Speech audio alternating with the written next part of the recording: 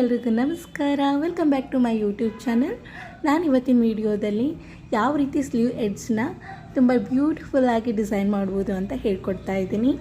ಇದಕ್ಕೆ ಬೇಕಾಗಿರುವಂತಹ ಮಟೀರಿಯಲ್ಸ್ ತುಂಬ ಕಡಿಮೆ ಪ್ರಮಾಣದಲ್ಲಿ ಹಾಗೆ ಕಡಿಮೆ ವೆಚ್ಚದಲ್ಲಿ ನೀವು ಮಟೀರಿಯಲ್ಸ್ನ ಯೂಸ್ ಮಾಡಿ ಈ ಎಲಿಗೆಂಟ್ ಆಗಿರುವ ಡಿಸೈನ್ನ ನೀವು ಮಾಡ್ಬೋದು. ಅದಕ್ಕೆ ಬೇಕಾಗಿರುವಂತಹ ಮಟೀರಿಯಲ್ಸ್ನ ನೀವಾಗೆ ಹೇಳ್ತಾ ಹೋಗ್ತೀನಿ.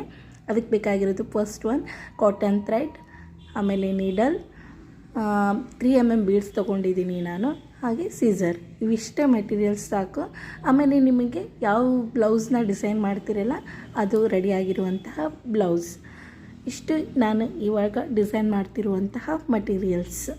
ಬ್ಲೌಸ್ ಎಡ್ಜಿಂದ ನೀವು ಡಿಸೈನ್ನ ಸ್ಟಾರ್ಟ್ ಮಾಡಬೇಕಾಗುತ್ತೆ. ನಾನಿವಾಗ ನೀಡಲ್ಗೆ ಕಾಟನ್ ಥ್ರೆಡ್ನ 2 ಎಳೆ ಆಗಿ ಪೋಣಿಸ್ಕೊಂಡಿದ್ದೀನಿ. ಪೋಣಿಸ್ಕೊಂಡ್ಬಿಟ್ಟು ನಾನು ತೊಗೊಂಡಿರುವಂಥದ್ದು 3 mm ಬೀಡ್ಸ್. ನಿಮಗೆ ಯಾವ ಬೀಡ್ಸ್ ಇಷ್ಟ ಆಗುತ್ತೋ ಆ ಸೈಜ್ ಬೀಡ್ಸ್ನ ನೀವು ತೊಗೋಬೋದು. ನಿಮಗೆ ಇಷ್ಟ ಆಗಿರುವಂಥ ಕಲರ್ಸ್ ಕೂಡ ನೀವು ತೊಗೋಬೋದು ನಿಮ್ಮ ಬ್ಲೌಸ್ಗೆ ಮ್ಯಾಚ್ ಆಗೋ ರೀತಿ. ನಾನು ಫಸ್ಟ್ ಇಲ್ಲಿ 3 ಬೀಡ್ಸ್ನ ಹಾಕ್ತಾಯಿದ್ದೀನಿ. ಫಸ್ಟಿಗೆ ನೀವು 3 ಬೀಡ್ಸ್ ಹಾಕಿ ಅದ್ರ ಬಾಜುನೇ ಕಾಣಿಸ್ತಿದೆಯಲ್ಲ 3 ಬೀಡ್ಸ್ನ ಹಾಕ್ಕೊಂಡಿದ್ದೀನಿ. ಅದ್ರ ಬಾಜು ಚುಚ್ಚಿ ಮತ್ತು ಲಾಸ್ಟ್ ಕೊನೆ ಬೀಡ್ಸ್ ಒಳಗೆ ಮತ್ತೆ ನೀವು ದಾರನ ಪೋಣಿಸಿ ಹೊರಗೆ ತೆಗಿಬೇಕಾಗುತ್ತೆ. ಕಾಣಿಸ್ತಿದೆಯಲ್ಲ. ನೆಕ್ಸ್ಟ್ ನೀವು 3 ಬೀಡ್ಸ್ ಹಾಕೋ ಹಾಗಿಲ್ಲ, ನೆಕ್ಸ್ಟ್ 2 ಬೀಡ್ಸ್ ಹಾಕಬೇಕಾಗುತ್ತೆ. 2 ಬೀಡ್ಸ್ ಹಾಕಿ ಆಮೇಲೆ ಮತ್ತೆ ಸುಚ್ಚಿ ಆ ಕೊನೆ ಬೀಡ್ಸನ್ನೇ ಮತ್ತೆ ಸೂಚಿನ ಹೊರಗೆ ತೆಗಿಬೇಕಾಗುತ್ತೆ. ಇದೇ ರೀತಿ ನೀವು ಕಂಟಿನ್ಯೂ ಆಗಿ ಇಡೀ ಬ್ಲೌಸ್ ಎಡ್ಜಸ್ನ ನೀವು ಇದೇ ರೀತಿ ಕಂಟಿನ್ಯೂ ಆಗಿ ಡಿಸೈನ್ ಮಾಡ್ತಾ ಹೋಗಬೇಕಾಗುತ್ತೆ.